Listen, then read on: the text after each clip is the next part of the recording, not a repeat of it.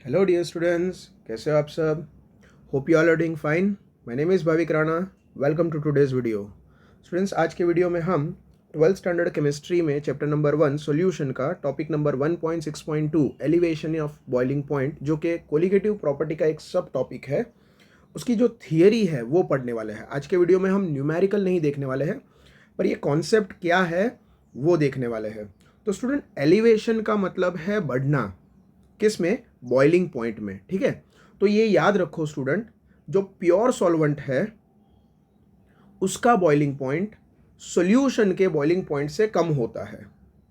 For example, मेरे पास pure water है, ठीक है, सो 1 एटमॉस्फेरिक प्रेशर पे उसका जो बॉइलिंग पॉइंट है वो 100 डिग्री सेल्सियस होता है। अब इसमें अगर मैं कुछ सोल्यूट ऐड कर दूं, मान लो मैंने उसमें थोड़ा सा भी ग्लूकोज या सोडियम क्लोराइड या यूरिया ऐड कर दिया, तो वो जो सॉल्यूशन बनेगा उसका बॉइलिंग पॉइंट जो है वो प्योर वाटर के बॉइलिंग पॉइंट से ज़्यादा होगा, मतलब 100 डिग्री सेल्सियस से ज़्यादा होगा।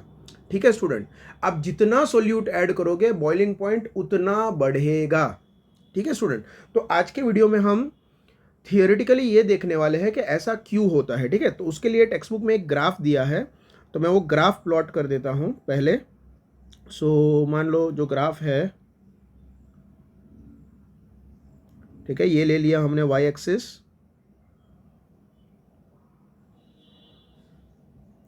ये ले लिया एक्स एक्सिस। अब स्टूडेंट, वाई एक्सिस पे जो है इन्होंने लिया है वेपर प्रेशर,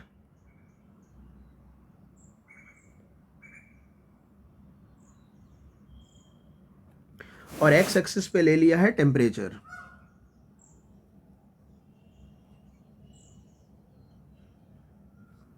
केल्विन में।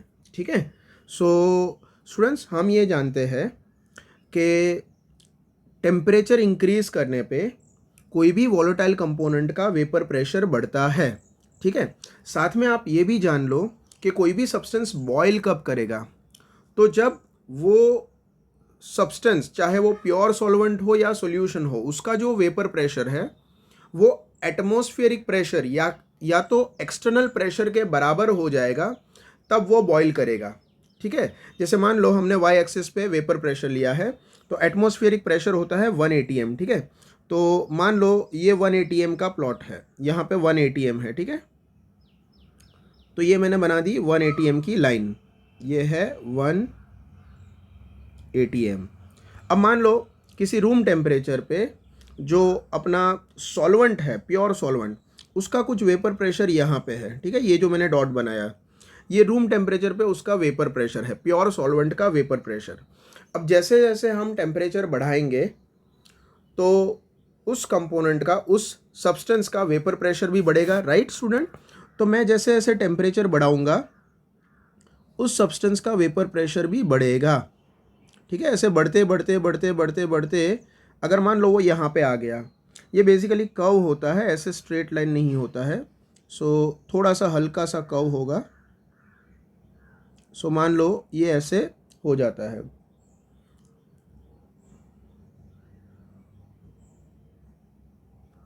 ठीक है, इतना शार्प कर्व भी नहीं होगा, कुछ ऐसा। ओके, तो ये जब 1 atm पे टच करेगा, मतलब 1 atm हो जाएगा इसका वेपर प्रेशर, तब वो बॉयल होना स्टार्ट करेगा। याद रखना स्टूडेंट, 10th स्टैंडर्ड की टेक्स्ट बुक में फर्स्ट चैप्टर पे ही बॉइलिंग पॉइंट का डेफिनेशन दिया है ना।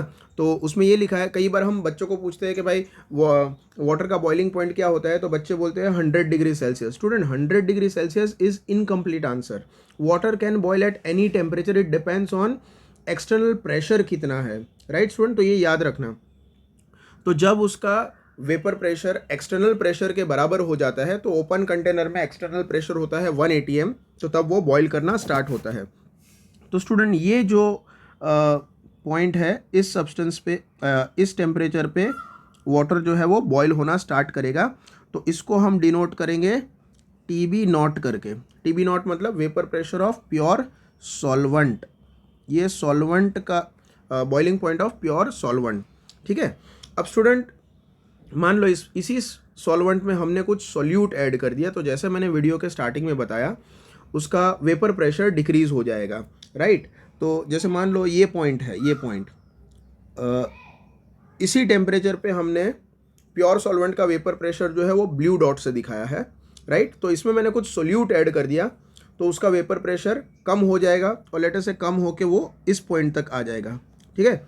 अब जैसे जैसे मैं टेम्परेचर इंक्रीज करूँगा तो इस सॉल्यूशन का भी तो वेपर प्रेशर इंक्रीज होगा, राइट। तो वो इंक्रीज होते होते होते बराबर इंक्रीज होते होते होते जब उसका प्रेशर 1 एटमॉस्फेयर के बराबर हो जाएगा तब ये सब्सटेंस बॉईल करना स्टार्ट करेगा। तो इसका जो बॉइलिंग पॉइंट है वो आ जाएगा कुछ यहाँ, राइट। तो ये इसका बॉइलिंग पॉइंट है, इसको मैं डिनोट करूँगा TB से, ठीक है। तो आप देख सकते हो कि जो प्योर सॉल्वेंट है उसका बॉइलिंग पॉइंट सॉल्यूशन के बॉइलिंग पॉइंट से कम है। ये सॉल्यूशन का कर्व हो गया, ठीक है। और प्योर सॉल्वेंट के बॉइलिंग पॉइंट को मैं TB नॉट से रिप्रेजेंट करूंगा और सॉल्यूशन के बॉइलिंग पॉइंट को मैं TB से रिप्रेजेंट करूंगा, ठीक है। चाहे ये कोई भी सॉल्वेंट हो पर सॉल्यूशन जो है वो उसी सॉल्वेंट से बना हो, ये ग्राफ रिप्रेजेंट कर रहा है, ठीक है। सो इसीलिए इसको कहते हैं एलिवेशन ऑफ बॉइलिंग पॉइंट। और ये कोलिगेटिव प्रॉपर्टी है स्टूडेंट। कोलिगेटिव प्रॉपर्टी किसे कहते हैं? Those property which depends on number of solute particle. तो जैसे मैंने कहा वीडियो के स्टार्टिंग में ही कि आप जितना सोल्यूट ज़्यादा ऐड करोगे बॉइलिंग पॉइंट उतना ज़्यादा बढ़ेगा, ये आपको याद रखना है, ठीक है। अब इसका जो फॉर्मूला है वो ये है, डेरिवेशन है जो एग्जाम में कई बार पूछा जाता है। तो डेल्टा TB मतलब एलिवेशन ऑफ बॉइलिंग पॉइंट का सिंबल है डेल्टा TB। न्यूमेरिकल्स आएंगे बच्चों इधर, राइट। तो न्यूमेरिकल्स में पूछेंगे calculate elevation of boiling point, तो हमें डेल्टा TB कैलकुलेट करना है, ठीक है। Is directly proportional to molality of solution. Student याद रखना, delta TB is directly proportional to molality of solution. तो स्टूडेंट ये याद रखो डेल्टा TB क्या है। तो डेल्टा TB स्टूडेंट ये जो TB नॉट और TB का जो डिफरेंस है, ये पार्ट, ये जो आप ग्राफ में देख रहे हो, ये जो गैप है दैट इज डेल्टा TB, ठीक है। सो डेल्टा TB को हम ऐसे भी लिख सकते हैं, ग्रेटर माइनस स्मॉलर, राइट। तो TB माइनस TB नॉट, ये याद रखना student, it is greater minus smaller always, है ना। तो कई बार ना student boiling point of solution पूछ सकते हैं, कई बार boiling point of pure solvent पूछ सकते हैं।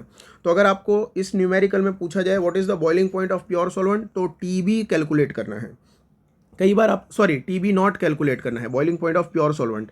और कई बार अगर आपको पूछे बॉइलिंग पॉइंट ऑफ सॉल्यूशन तो TB कैलकुलेट करना है। ऐसे भी क्वेश्चन आते हैं, मतलब 3 चीज़ें पूछ सकते हैं, boiling point of solution, boiling point of pure solvent and elevation of boiling point. तो elevation of boiling point delta TB होता है, राइट।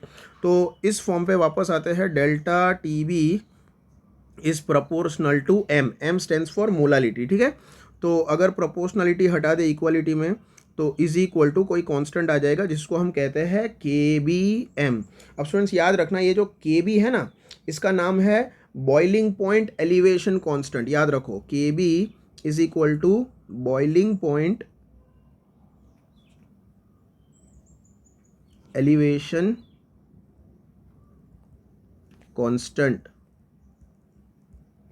इसको मोलल एलिवेशन कांस्टेंट भी कहते हैं। ये भी कई बार MCQ में पूछा जाता है, ठीक है। इसको मोलल एलिवेशन कांस्टेंट भी कहते हैं और इसको एब्यूलोस्कोपिक कांस्टेंट भी कहते हैं। तो ये चीज़ याद रखना, MCQ में इसका क्वेश्चन आ सकता है। नॉट ओनली दैट स्टूडेंट, यहाँ पे ना इसका यूनिट भी पूछा जा सकता है। तो KB का यूनिट क्या होगा?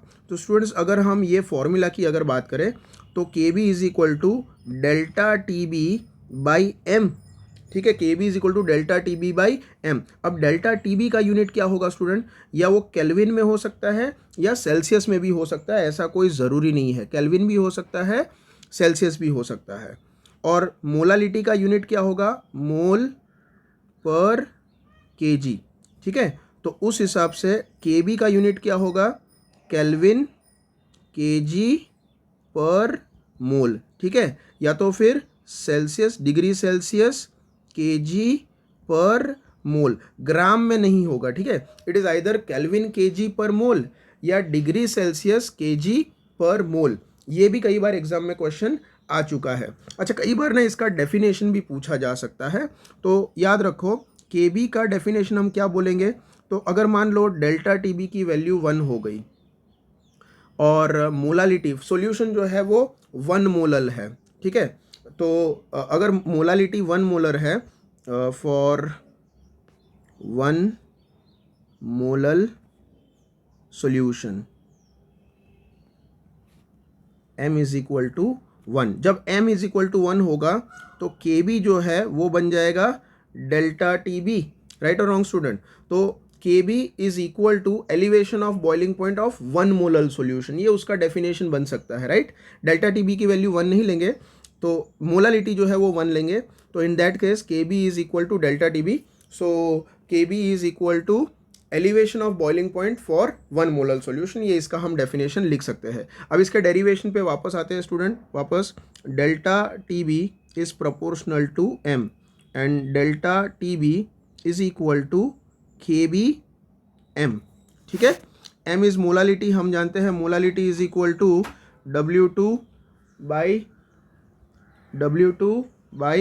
M2 और मतलब mass of moles of solute upon mass of solvent. Mass of solvent को हम W1 लिखेंगे और इनटू 1000 अगर वो ग्राम में है तो यही वैल्यू m की जगह पे लिखेंगे। तो मोलालिटी की जगह हम ये सब रख दे तो W2 into 1000 divide by M2 into W1, this is delta Tb। And what is delta Tb student?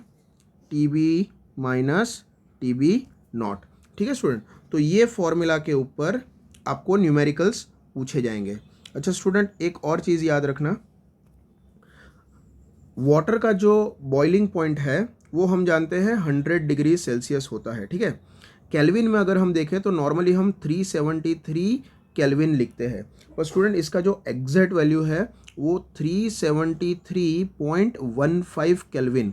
अगर वाटर की अगर हम बात कर रहे हैं तो water boiling point of pure water जो है वो हमें 373 न्यूमेरिकल में नहीं लेना है, 373.15 केल्विन लेना है, ये याद रखना स्टूडेंट, ठीक है। अगेन यहाँ पे 3 चीज़ें पूछी जा सकती है आपको। अगर elevation in boiling point calculate करने को पूछे तो डेल्टा Tb कैलकुलेट करना, अगर बॉइलिंग पॉइंट ऑफ सॉल्यूशन पूछे तो Tb कैलकुलेट करना है, तब आपको Tb नॉट की वैल्यू ज़रूरत पड़ेगी।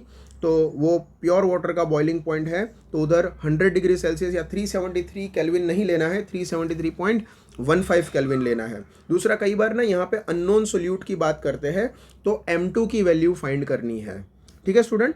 एक और फॉर्मूला अगर आप टेक्स्ट बुक में देखो तो आपको मिलेगा जिसमें लिखा है M2 is equal to M2, मतलब यही फॉर्मूला है, बस उसको M2 को सब्जेक्ट बनाया है, right. So 1000 into Kb into W2 whole upon delta Tb into W1। तो ये कोई अलग फॉर्मूला नहीं है, कई बार न्यूमेरिकल में ना मोलर मास कैलकुलेट करने को बोलते हैं, तो ये बस M2 को सब्जेक्ट बनाया है, फॉर्मूला वही है। तो स्टूडेंट्स, आज के वीडियो में बस इतना ही, होप आपको ये समझ में आया होगा। Thank you very much for watching this video.